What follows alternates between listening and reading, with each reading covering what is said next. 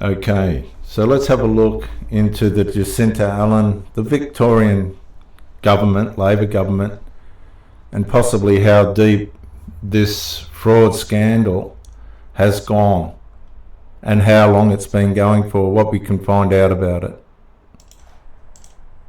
Refusing to respond to allegations her party turned a blind eye to widespread criminality and corruption within the CFMEU. On top of the $15 billion in taxpayers' money going straight to corrupt union officials, the report also reveals bikie links, drug deals, and that women were apparently hired to strip at site sheds.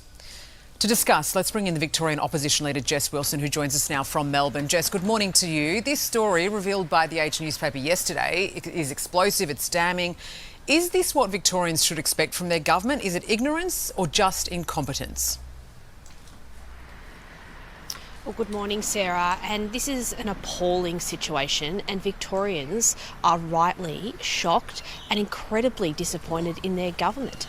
What this report showed us, what Geoffrey Watson said yesterday, was that the Labor government knew about this and they did nothing about it, and that it has cost Victorian taxpayers $15 billion. $15 billion that has gone to bikies, to organised crime, to funneling a criminal syndicate on these work sites, government work sites.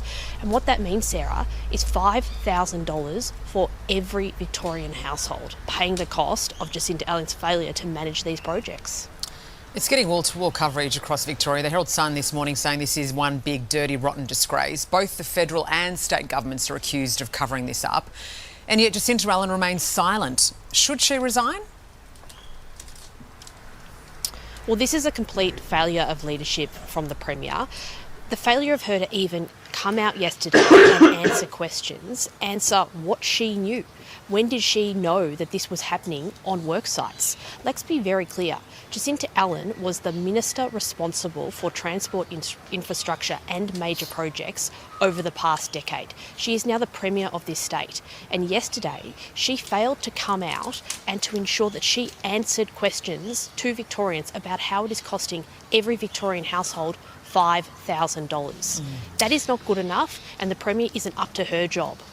Jess, you know what? I think the rest of the country just kind of shakes its head when it comes to Victoria. I mean, as we've said before, New South Wales Premier can lose his job for a bottle of wine, yet consecutive premiers in Victoria get away with turning a blind eye.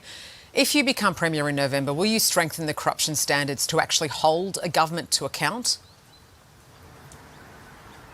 Absolutely, and I can be very clear with your viewers today and with Victorians that if I was Premier today, I would establish a royal commission into the CFMEU to ensure we get to the bottom of what is happening on these government-funded work sites, funded by the taxpayer, where we are seeing criminal syndicates and drugs funneled through these sites. And we would also put in place a building watchdog to prevent this from ever happening again. We've been very clear that we are ready to take action, yet the Premier is missing in action. Back onto the job the opposition should be doing. Let's talk CFMEU. So Mark Irvine removes chapters critical of Labor in a landmark corruption report, but you don't think he should be sacked? No, I don't, Carl. And more importantly, the man who prepared that report for him, Geoffrey Watson, the corruption fighter, only yesterday said that the government would be mad to sack Mark Irving as the administrator. He actually testified in the Queensland Commission of Inquiry yesterday that Mark Irving was a decent man who had been fighting corruption. We need to remember that it was the Albanese government who enabled the administration of the CFMEU to occur. That was a good thing and it was overdue. Mark Irving, since he's been the administrator, has sacked over 120 officials and organisers from the CFMEU. He's the guy who is leading the fight to clean up the union. It would be mad to get rid of him at a time when he's making that kind of progress. $15 billion in taxpayer money. Chapters that specifically point out the costs of corruption and Labor's knowledge of that corruption. And you don't think that should be made public? Well, it wasn't a decision that the government made. We've made very clear. But do you think it should be made public? Well, I can only rely on the judgment of Mark Irving, who, as I say, has shown very good judgment throughout the administration. Isn't it in the best interest of the public for that to be made public when you're dealing with $15 billion worth of corruption?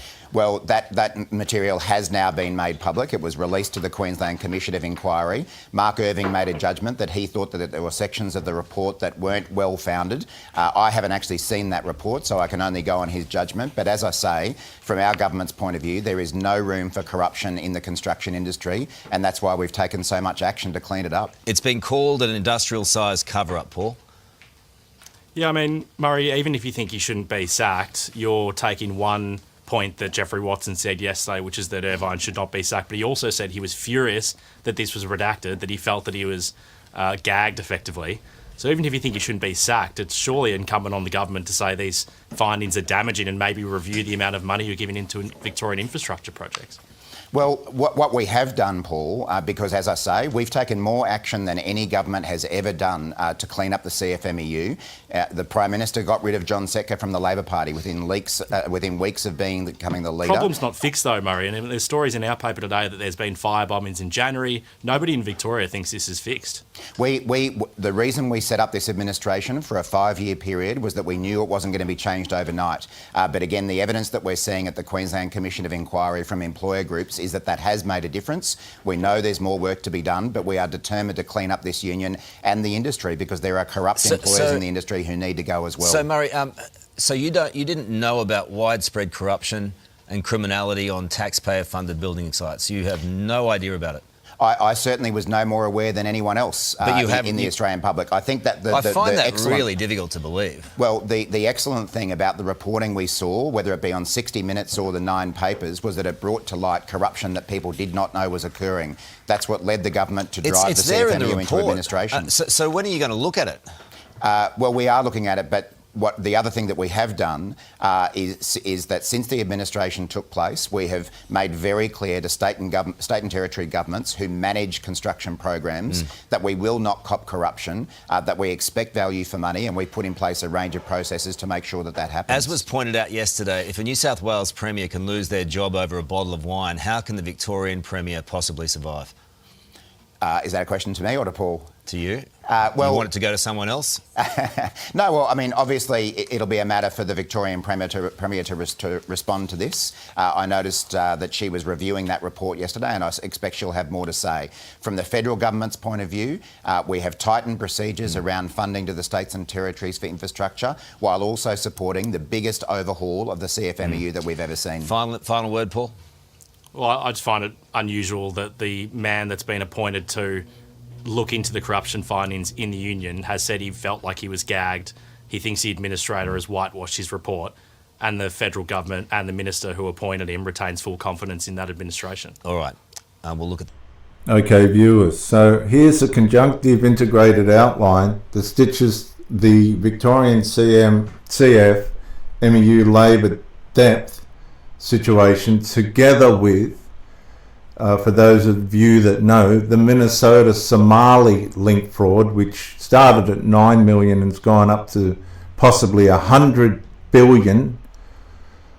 This is going to link it together with the fraud per population percentage framing as one coherent structure, because nothing says civilization like comparing governance failures against continents using ratios. Now, the integrated outline, that's depth plus per population mass, Victoria's CFMEU and the Minnesota fraud.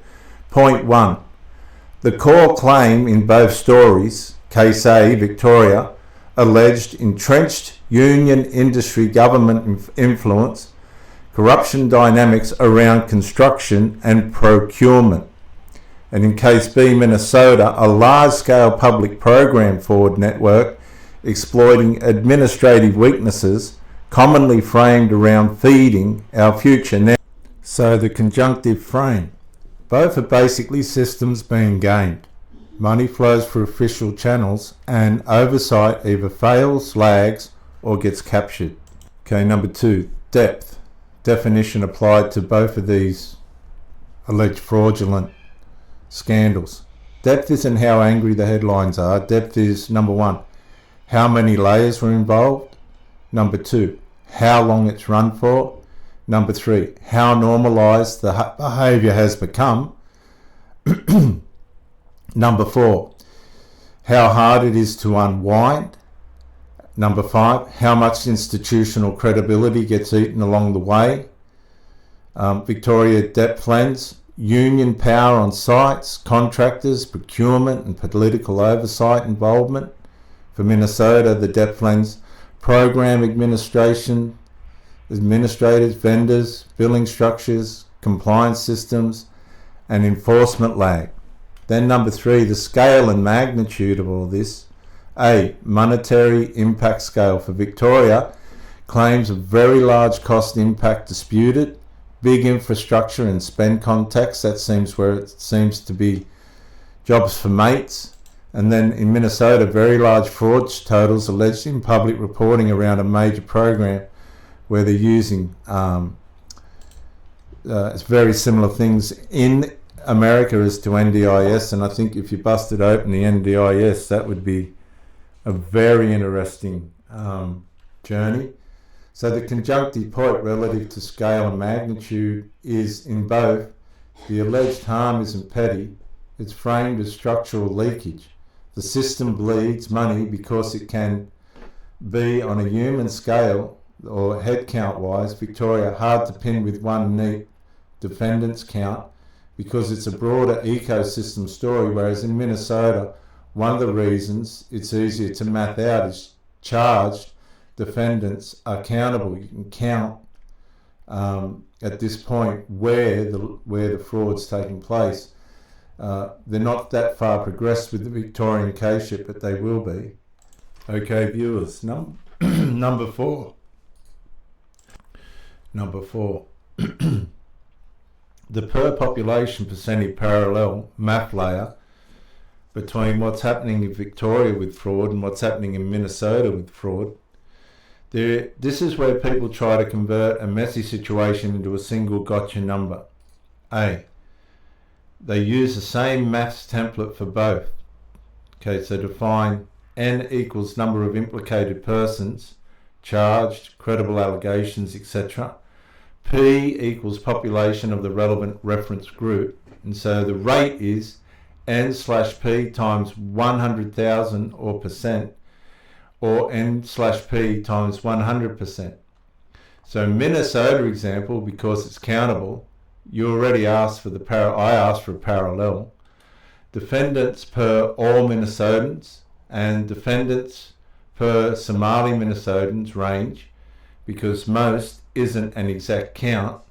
So the conjunctive principle is to use two denominators every time. Whole population context, and that's the Minnesotans, and the subgroup population, which is the Somalis, only if subgroup is actually relevant and counted precisely.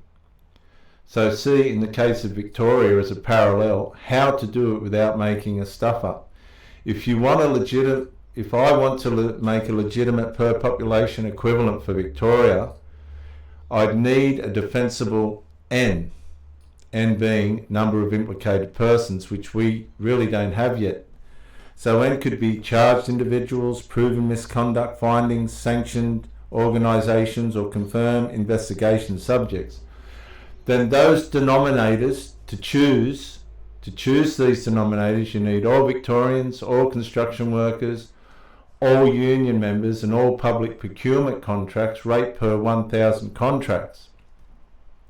So these are the key differences. In Minnesota, it lends itself to clean N, which is the number of implicated persons. But Victoria is mostly ecosystem plus oversight, so no N is contested. So number 5, the politics of depth versus the politics of percent. This is the part where public debate becomes dumb. A, Victoria's political fight. Did government know / should they have known? B, should there be a royal commission, which one of the politicians said they will in the opposition? they'll try and get one. And C, is this bad actors or a system? And for Minnesota's political fight, how did this pass oversight? Who enabled approvals? And is the community being scapegoated versus are networks being protected? So a conjunctive warning. Per population, numbers are seductive because they feel objective. They can only be used to paint entire communities with the behaviour of a network, which is both lazy and inaccurate. So we have to look at number 6, mechanisms, how the systems allegedly get exploited.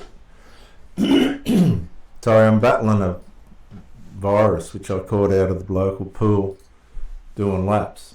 Okay, A, Victoria alleged mechanisms generalised. Number 1, site control and coercion. Number 2, sweetheart, jobs for mates arrangements. Number 3, procurement and cost inflation pressure points. And number 4, everyone knows culture. And then in Minnesota, alleged mechanisms generalised are number 1, rapid vendor expansion, weak verification, rubber stamped approvals without checks, and delayed enforcement. So the conjunctive mechanism themes are oversight bottlenecks plus complexity plus political administrative risk aversion equals it keeps happening until it can't or until it gets caught. Which leads us to 7, oversight failure modes. This is a shared checklist. Number 1, fragmented responsibility. Everyone owns 10%, nobody owns 100% of the accountability. 2, fear of circumstances, political backlash, legal risk and community blowback. Number 3, under-resourced compliance. Number 4, regulatory capture / intimidation / influence, harder to prove, often alleged. And number 5, lagging enforcement, years behind reality, which means this has all gone on for years and now it's coming to the fore, which leads us to point 8. What depth looks like at the end game. So intervention becomes extraordinary. Administrations, special audits, law reform, and policy escalation. And the argument becomes this wasn't an accident, this was an open operating environment, but in a covert fashion. Which leads us to number 9, how to present both conjunctively, both situations, Minnesota in comparison to the Victoria scandal, how to present both conjunctively without committing statistical malpractice. Well, if we want to put this in one graphic / one narrative, we can, number 1, put depth on an axis, time, layers, normalization, unwind difficulty, and then put rate on another axis. Per 100,000 population, whole population, per 100,000 relevant subgroup, only where cleanly countable. And then label the limitations prominently, like the defendants / community, allegations / convictions, and ecosystem cases that don't have a clean N. And N was the number of implicated persons. So that leads us to 10 in closing. Victoria's depth is about institutional entanglement and whether oversight was compromised, passive or outgunned. In Minnesota, depth is about program vulnerability and enforcement delay with a side of politics trying to turn it into an ethics scoreboard. So the common thread, both are state capacity failures. State capacity failures. And that makes the state implicit or could possibly be alleged as accessories to the fact, and the system either couldn't or wouldn't stop the bleeding quickly. So in closing, let's look at Victoria more specifically.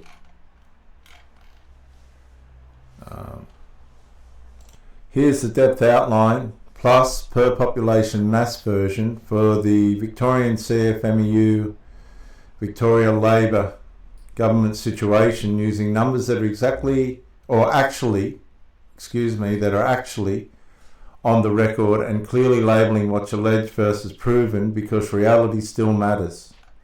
Number one, what the depth is in Victoria. The allegations set, this is what's being claimed. A Queensland Inquiry report by Barrister Jeffrey Watson SC portrays the Victorian CFMEU construction arm as having an entrenched culture of corruption/criminal influence, and that's the language in reporting, and it includes lawlessness.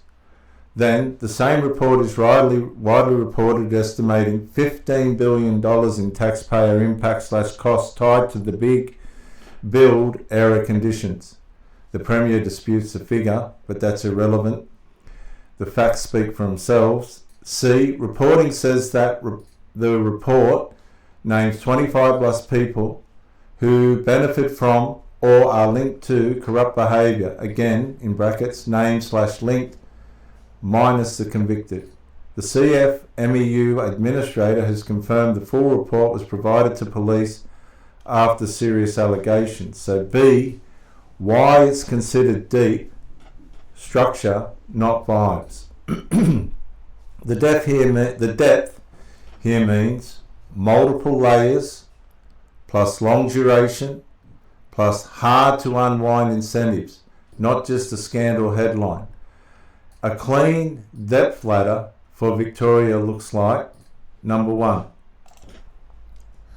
job site control / coercion / intimidation risks, alleged cultural normalisation. 2, labour hire plus subcontracting pressure points. Watson's report flags labour hire as a major corruption vector. It cites large money flows through this particular vein. 3, major government procurement exposure. Big builders described in reporting as a $100 billion infrastructure program. Number 4, political accountability fight. Who knew what, when, and whether a royal commission is needed. Allen rejects it, and critics are pushing for it. Number 5, extraordinary intervention. Federal administration pathway used against the CFMEU construction division. It's a rare move, signals seriousness even before any convictions. And number 2, the parallel percentage per population mass in Victoria. To do Minnesota style per population mass properly, you need a clean numerator for N. That means people named and linked. Victoria's problem is that the story is more ecosystem oversight than single defendant lists. So I'll give you 3 numerators you can use. Each measures a different thing. The baseline denominator, Victoria population, equals the 30th of June 2025, 7,074,500. Option number 1 unit numerator, people named / linked in the report. Not guilty, but it's countable. The neuter is 25 plus named or linked. The mass using 25 is the conservative floor. Percent of all Victorians is 7,074,500 times 100 divided by 25 is 0.00035%. Per 100,000 Victorians is 0.35 per 100,000. What this means, the people named count is tiny as a population share because population denominators are huge. That doesn't tell you impact, it tells you how silly it is when people try to do community blame ratio. So it's not a community blame ratio. Option number 2 numerator, members represented, exposure context, not wrongdoing. The CFMEU Victoria/Tas site claims they represent over 37,000 construction workers. This is not people involved in fraud. It's a reach exposure number as a share of Victoria population. 37,000 divided by the 7,074,500 times 100 equals 0.52%. about 520 per 100,000 Victorians. This just says how big is the membership footprint compared to the state. And the option number 3 numerator, alleged cost impact per person, the money parallel. If you take the reported $15 billion claim at face value, disputed, you can do an impact per Victorian framing. 15 billion divided by 7,074,500, which equals $2,120 per Victorian. Okay, this is rhetorically powerful. What is this is, and you know what that tells you? How much of the taxpayers' money per person has gone into this fraud, which is exactly why people use it. It's only as valid as the assumptions behind the $15 billion estimate, but it equals $2,120 per Victorian. So 3, what you can honestly conclude, and this is in Victoria only, the depth argument in Victoria is, this isn't just a few dodgy invoices, it's alleged to be systematic leverage operating through industrial arrangements, labour hire and procurement exposure, serious enough that material has gone to police and federal intervention and has been used as evidence. The per population numbers can be done, but the only clean Victoria numerators right now are things like the named linked individuals or membership footprint or claims cost claimed. They measure different realities, pretending they're the same is how propaganda is born. So in closing, claims politically damaging findings were stripped from a final report before it was publicly released. The removed material allegedly warned that governments ignored organised crime and union corruption on major taxpayer-funded infrastructure projects worth billions and billions of dollars. Here to discuss this and more, Shadow Minister for Industrial Relations and Small Business, Liberal MP for Goldstein in Melbourne, Tim Wilson. Tim, thank you. Explain what's happened in the timeline here on this report. Initially they were redacted. Now we understand exactly what was removed. How do we get this information now in the public domain? So it's quite simple, Peter. The CFMEU administrator who was appointed after it was exposed the CFMEU was infiltrated by organised crime and bikie gangs. The administrator was handpicked by Anthony Albanese, the Prime Minister. He then commissioned a report into CFMEU corruption in Queensland. The report came back and said that there was standover tactics and intimidation of public servants by CFMEU officials once Labor was elected to government. They then commissioned a second report into violence and corruption in the CFMEU in Victoria. The administrator received the report from corruption watchdog Jeffrey Watson SC, and rather than publish the whole report, he redacted 2 chapters. The chapters deal with the corruption between Labor and the CFMEU, and particularly the big build in Victoria, which has led to $15 billion of money, public money, basically being washed into corrupt funds. And Watson pushed back and said, no, that's my conclusion and that's what you wanted in the report. Through the Wood inquiry in Queensland looking into CFMEU corruption, the report was tabled and it was outlined through Nick McKenzie in the Nine Press today, the scale of it. I wrote to the Minister, the Administrator and Fair Work in December and said, where is this report? We demand copies of it because it talks about corruption in Victoria, and that seems to be what has led the Administrator to delete this couple of chapters because it's an inconvenient truth behind CFMEU corruption. And we get to know about it now, I understand, because the Wood Royal Commission was going to use its Royal Commission powers to make available this material, yes. And that's forced their hand. So take us through some of the detail in there, because we are talking about some $15 billion for a state like Victoria that is already drowning in debt, and so many of these major projects, they ran during COVID when private sector businesses were shut down. We've all heard the stories of the lollipop girl directing traffic on $180,000 a year. But now the stories are that people were paid for work, they never turned up, there were bikie gangs involved. Give us a sense of the scale here, Tim. Well, it's industrial scale corruption, Peter, and you're right, the report wouldn't have naturally been released. We wrote and demanded a copy of it. You're correct that the Wood inquiry then turned around and said, well, we're basically going to compel it to be released, which is where things have ended up. And the industrial scale of the corruption is that basically on big bill projects, organised crime and bikie gangs sold off the rights for workers to operate on certain sites. So they would look at a particular location, they would then turn around to an organised gang, sell off the rights so workers could come in and they would have to pay cartel kickbacks into the CFMEU if they wanted, and the organised crime gangs if they wanted the rights to work. So this is explosive, extraordinary, and it raises really serious questions when we know the most hiding in plain sight corruption scandal in this country is between Labor and the CFMEU, particularly state Labor in Victoria, that the National Anti-Corruption Commission doesn't seem interested, the State Anti-Corruption Commission doesn't seem interested. It's taken a Queensland inquiry and federal parliament, including myself, to compel this evidence to the public domain. Just on the Liberal Party, you know, I've written about this and I do it with a heavy heart, but I think the Liberal Party genuinely is in an existential crisis at the moment. I want to take you now to Jacinta Allen. The Premier is stepping up before the mics, answering questions from journalists about the CFMEU. This is the first time since we saw that report yesterday morning. Knowing too that the requirement of that body is to refer it to the relevant authorities for further investigation. We have passed laws to strengthen the Labour Hire Authority regulations because Labour Hire was identified as an area of concern. We've acted to strengthen the regulations around Labour Hire Authority, but particularly the fit and proper person test requirements. For example, anyone who has a known association with criminal organisations is identified through that process.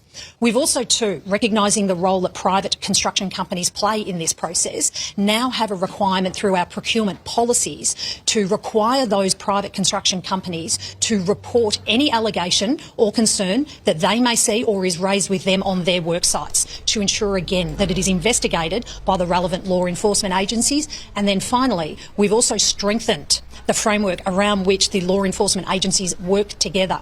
These are matters that cover different regulatory bodies and different policing jurisdictions, which is why we have adopted the recommendation that there be an alliance of law enforcement agencies. It is chaired by Victoria Police. It involves the Federal Police, the Fair Work Commission and other relevant regulatory bodies. And this process we are seeing now with the work that Victoria Police is also undertaking through Task Force Hawk is seeing a crackdown on this behaviour, and that crackdown will continue because we have absolutely zero tolerance for this behaviour. It is clear there has been a rotten culture that needs to be weeded out, and that work is being undertaken both by the Federal Administrator but also too by the work that we are undertaking here in Victoria, and the work particularly that I thank Victoria Police for undertaking. You were the Infrastructure Minister between 2018 and 2023 over different periods. Were you ignorant to it or were you in on it? I mean, that was happening in 2018, but you say the Wilson report was released in 2024. Well, as I have made clear on previous occasions, and I've made clear again this morning,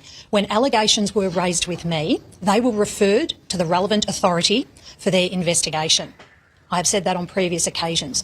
When the media reports around the widespread nature of this rotten culture became public in the middle of 2024, we acted immediately, recognising that this is unacceptable behaviour in any workplace, but particularly on construction. So my comment to that is, why has it come out now in 2026? If she acted immediately, it would have been in the media. I can't believe what she's saying there.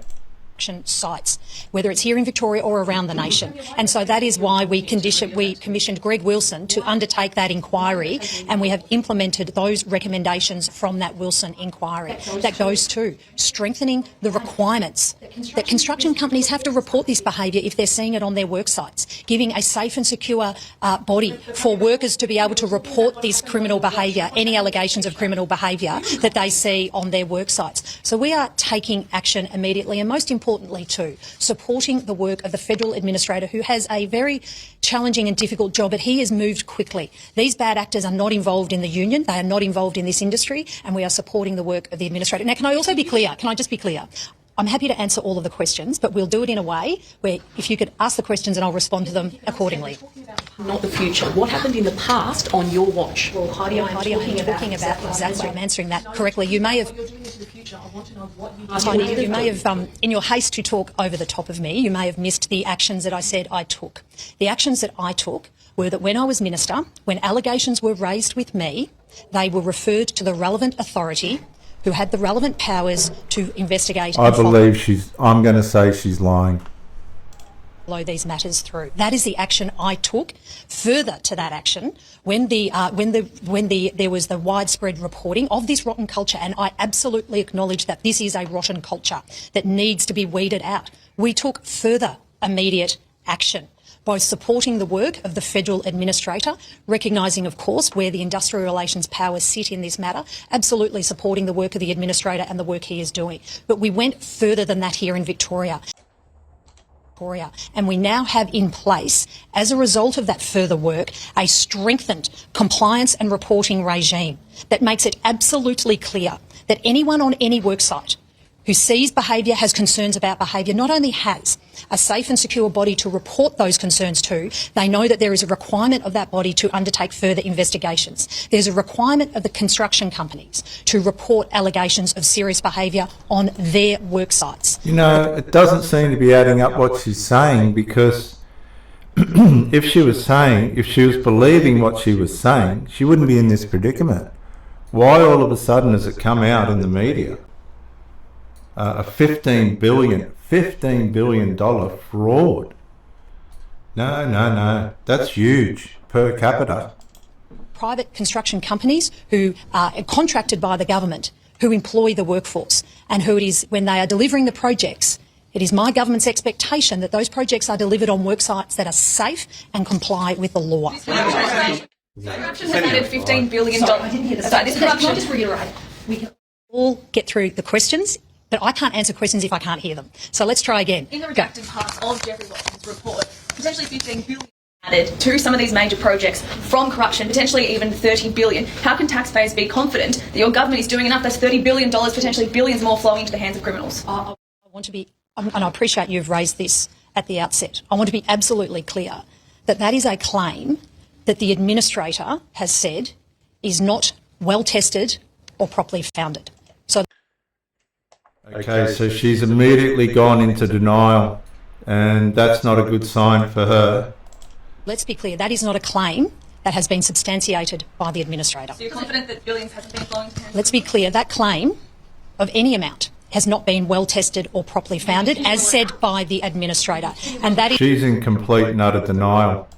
Is why we have in place a program where there are any allegations of criminal behaviour, because in terms of criminal behaviour, it is for the law enforcement agencies, Victoria Police, particularly the Federal Police, to investigate any claim. So anyone, and I have said this consistently, anyone who has any evidence or any concern of criminal behaviour should be reporting that to Victoria Police. And that. Okay, since she's passed the buck on to the police. If she was doing what she said she was doing, and this is corruption or fraud, and she did this years ago, this case would have been well underway, but it's not. It should be done immediately, without hesitation, because these are serious matters, absolutely serious matters, and this rotten culture needs to be dealt with, because I have zero tolerance for it. But anyone, including claims that have been made in the past 24 hours, they need to be referred to the relevant law enforcement agencies, and that is a position of the administrator. That is my position, and it has been my position for some time that anyone with information should be reporting it to Victoria Police. Okay, so she's in word salad. She's saying if there it should have been dealt with immediately, but it hasn't. Nothing of the sort. It's like it's not happening at all. So something's definitely not right. Can you disprove that figure? I can only point to the administrator himself has said, who has the materials that you are referring to, these claims that are not well tested or properly founded. Now they have the rest of the report. The financial impact of these issues on the work sites? Well, there is work that is being led by the administrator. And again, if there is any allegation of criminal behaviour, of the misuse of any allegation around criminal behaviour, must be referred to the relevant law enforcement agencies. And I point to Victoria Police. Victoria Police have a dedicated task force Hawk. They have laid 70 charges against 15 individuals, and as we saw today, took action again this morning in arresting someone who was allegedly involved in this criminal behaviour. That demonstrates that where there is information and evidence that is of importance to Victoria Police, they will act. because there is work now in place here in Victoria that demonstrates a zero tolerance for this rotten culture. It hasn't been tested. Are you saying you don't believe the claims? I'm referring to the administrator. That quote. You said you agree that. Well, I can. In terms of the information that is contained in this claim, that is information that is held with the federal administrator and those processes, and it is the administrator who has said that these are claims that are not well tested. Will you seek to claw back the taxpayer dollars that flow to people like the man who arrested today and other organised criminal figures who are working on? That's where we lead Jacinta Allen. And a Queensland inquiry into the CFMEU has heard allegations the Victorian branch of the union would hire strippers to work in traffic management. In one example, the inquiry heard a woman was paid a $200,000 salary just to hold a stop and slow traffic sign. This follows an explosive report by lawyer Jeffrey Watson that alleged key infrastructure projects funded by the Albanese and Allen governments hosted drug trafficking, systemic corruption, bikie gangs and involved the exploitation of women, which cost taxpayers up to $15 billion. The Watson report, called Rotting from the Top, also featured conclusions that were highly critical of Labor, only to be removed at the request of the CFMEU administrator before being finalised. The government denied that it had any involvement in the removal of that material when asked in Canberra yesterday. My office received the report. I need to be very clear to the member for Goldstein that at no point has my office requested any changes, any omissions, anything different to this report. She's lying. We received the report, but I need to be clear to the member for Goldstein. This is a report to the administrator, not a report to government. So many questions on this. Let's go to Neil Mitchell out of Melbourne. Neil, good to see you this morning. So let's start off with your reaction to yesterday's explosive reports. Well, I've been reporting Victorian politics for about 50 years, and it's one of the worst things I've seen. We've got to remember they are allegations, but they're not coming from Joey on the street or a journalist. They're coming from a very highly placed legal official. It's horrible. Victoria, we haven't got enough blankets and pillows in the hospital. Our fire trucks are T-model Fords. They're falling apart. The roads have got potholes the size of Sydney Harbour. And here we are, and we're in massive debt. And here we are saying, well, according to Robinson, it could be as much as $30 billion wasted. Premier's got to step down. She really must step down. I don't think she will, but she should, because either she knew what was going on and turned a blind eye, or else she didn't know, in which case she's corrupt. Well, she's corrupt, in which case she's incompetent. She's either incompetent or she turned a blind eye. She was minister at the time. Yeah, you make that point. She's minister at the time. She still hasn't fronted up over this. I mean, what questions would you be asking her this morning when she eventually does? Apparently, she's reading the report. That's the line from the government. Look, I'd be asking her what she knew when she first heard about it. You know, our former colleague Graham Richardson, soon after this government was elected, initially with Daniel Andrews in 2014, in July 2015, he wrote a column saying somebody's turning a blind eye to this. You know, so that's how long the suspicions have been around. Did she really not know? Did the government really not know? Did Dan Andrews really not know? Did Albo not know? I mean, we've got to audit the whole big build now. We should pause it while we audit it and work out what's going on, because it could still be happening. And Anthony Albanese has put probably already $3 or $4 billion of federal taxpayers' money into it. Is that part of it? He can't wash his hands of it. Just one more on Jacinta Allen. I mean, isn't the jam that she is in that she needs the support of the unions? Oh, yeah, but I think the CFMEU is pretty much on the nose now, even though the administrators moved in. She needs their money, and they've been giving a lot of money. They won't be now, but they've been giving a lot of money over the years. I don't think the CFMEU will get much support from the broader union movement. I mean, you can criticise them for some of their tactics, but most of them are working for their members. Most of them are pretty straight. So I spoke to Murray Watt in the program last hour, and he's of the view that his government, the Albanese government, has done more to crack down on the CFMEU than anybody else. Do you think the Albanese government is in the clear getting back to that point? No, they're not, because they handed over billions of dollars in federal funds for the big build. Have we lost up to 10% out of that going to crooks? Has that happened there? What did he know about it? He was closely connected, a good mate of Daniel Andrews. If Daniel Andrews knew about it, did Albo know about it? He cannot wash his hands of it. He has to be involved immediately, and he should suspend any more federal funds coming into Victoria until we can establish that the rorts are not continuing. As you say, you've been an excellent journalist for a long time, Neil, and a political watcher too. Have you got a thought on the happenings of Canberra this morning and the Federal Liberal Party? It was inevitable more than changing the leader. I think Susan Lee will go, and she has to. Angus Taylor didn't enthuse me watching his first press conference, I'm afraid. He kept talking about the party, not the people. The hell with the party, worry about the people of Australia. He's not a really big change. I think Andrew Hastie would have been a better pick. He will get up there, but they've got to work out what they're about. They've got to start to stand for something and relate to people. Change of leader won't necessarily achieve that. And just a final one too. I mean, you saw all of those protests that we saw here in Sydney earlier in this week with the Israeli President Isaac Herzog here. He'll be making his way to Melbourne. We know that the pro-Palestinian protests have been a constant.